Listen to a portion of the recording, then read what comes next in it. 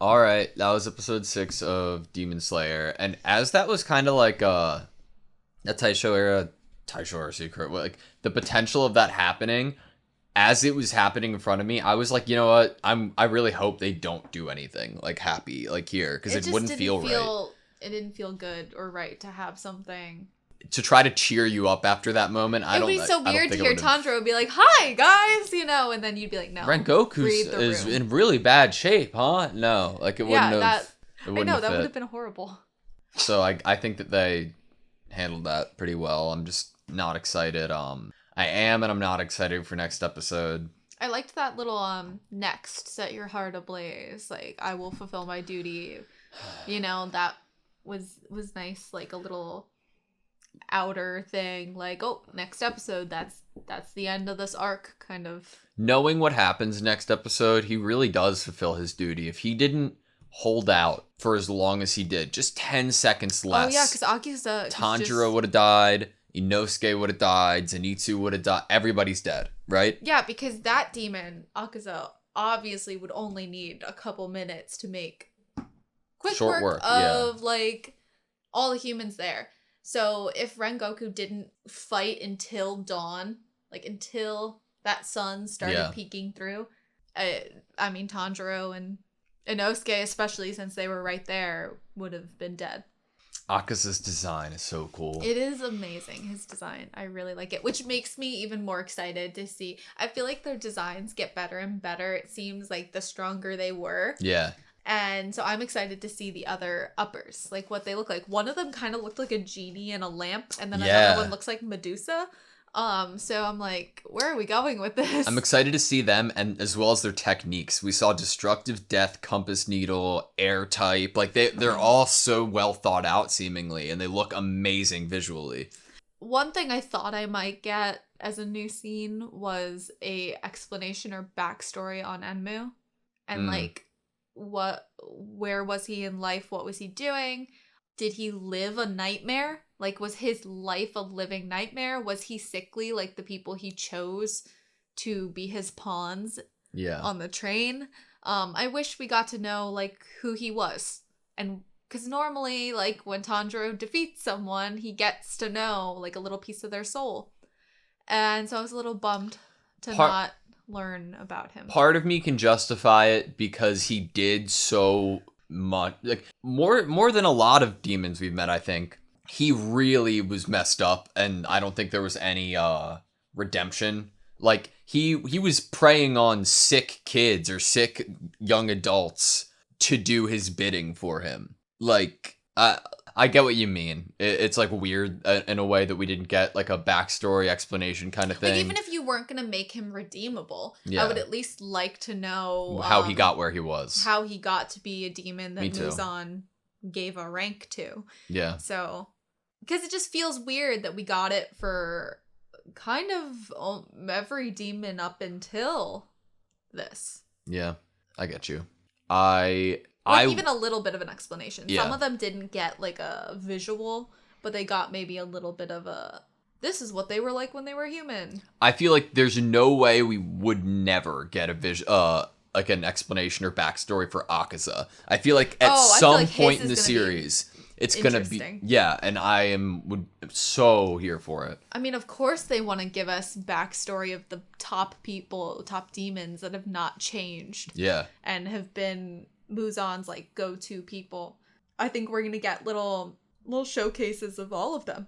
Me too. I'm wondering who's gonna be the one that is showcased in the next arc. Is Akaza gonna come back, or is it gonna be a different one of the uppers that is involved? We had a question where Rengoku ranks amongst the Hashira, which I think is. I wonder if we're going to know at any point, because it would be pretty depressing. Are they going to tell us? Like, is the show going to be like, this is who is first, this is who is second? It would be very defeating to know he's the strongest and then knowing there's no hope, but at the same time, I don't want to, like, diminish how cool and strong he is to us right now. Yeah. I mean, if for the sake of the story and, like, their chances against the demons, it would kind of suck if he had been the strongest of the Hashira, because then it would feel like a very hopeless feeling of if they could even stand any chance? Are all of the Hashira going to get wiped out? Is Tanjiro going to have to quickly become amazing? He already has to quickly. He already has had to progress really quickly. But if the Hashira can't really stand a chance to Muzan's current upper ranked demons, then things don't look great. Especially if he wants Hanafuda Earring Kid to be killed. Think Akaza's gonna get reprimanded from Muzan? By not killing Tanjiro? Yeah, like, I bet you were messing around trying to convince him to become a demon instead of doing your job. Which you could have gotten both of the people that I wanted dead. Yeah, exactly. Dead. Yeah. Wait, does he want Tanjiro alive? I don't think so. I think he wants him dead. Yeah. Right? Didn't that seem like the demon who was just killed on top of the train? Didn't he was like, oh, I can kill both of you guys here? Yeah. I don't know. For some reason, I thought maybe Muzan would want to from do a storytelling wise, I could see that perspective. Yeah. Like, I want him alive, kind of thing. Like, take him alive. But can a demon even take a human alive? I don't know. I don't know if they'd put him in like a human box, like Nezuko's. I wonder if there was ever a Hashira or Demon Slayer who was ever took that deal kind of thing. I know he didn't say that happened, but maybe to another demon. How strong would they be? Well, I'm wondering if any of the other demons actually have an interest in that. Yeah. It seems like it's a personality choice Definitely. For Akaza to want other strong humans to become demons. Which to me feels like his backstory is probably that he was very strong as a human and wanted even more strength. And now he's just forever looking for great training partners. Or it's like he couldn't save people in his past, so now he's so obsessed with getting to the strongest point that he could, but he's not saving people. I don't know. I can't wait, hopefully, to inevitably find that out, like what his reasoning for things are. But other than that, I think I'm good. You? Yeah, I'm just not ready to see the inevitable him running off into the woods and us knowing that so Rengoku's death is not for nothing. Obviously, he fulfills the duty of making sure he saves Tanjiro. Akaza doesn't have time to kill anyone else. So he fulfills a duty of saving 200 plus people plus fellow demon slayers. So it's not like his death is for nothing. So I don't want to. I know. All right. Thank you guys so much for watching this video. Please like, comment, and subscribe. And we'll see you next week to cry together. Until then.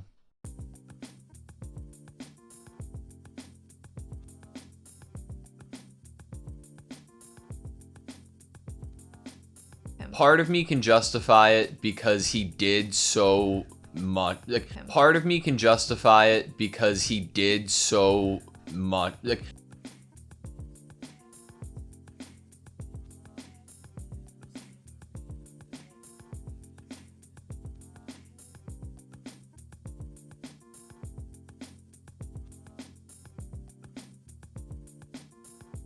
part of me can justify it.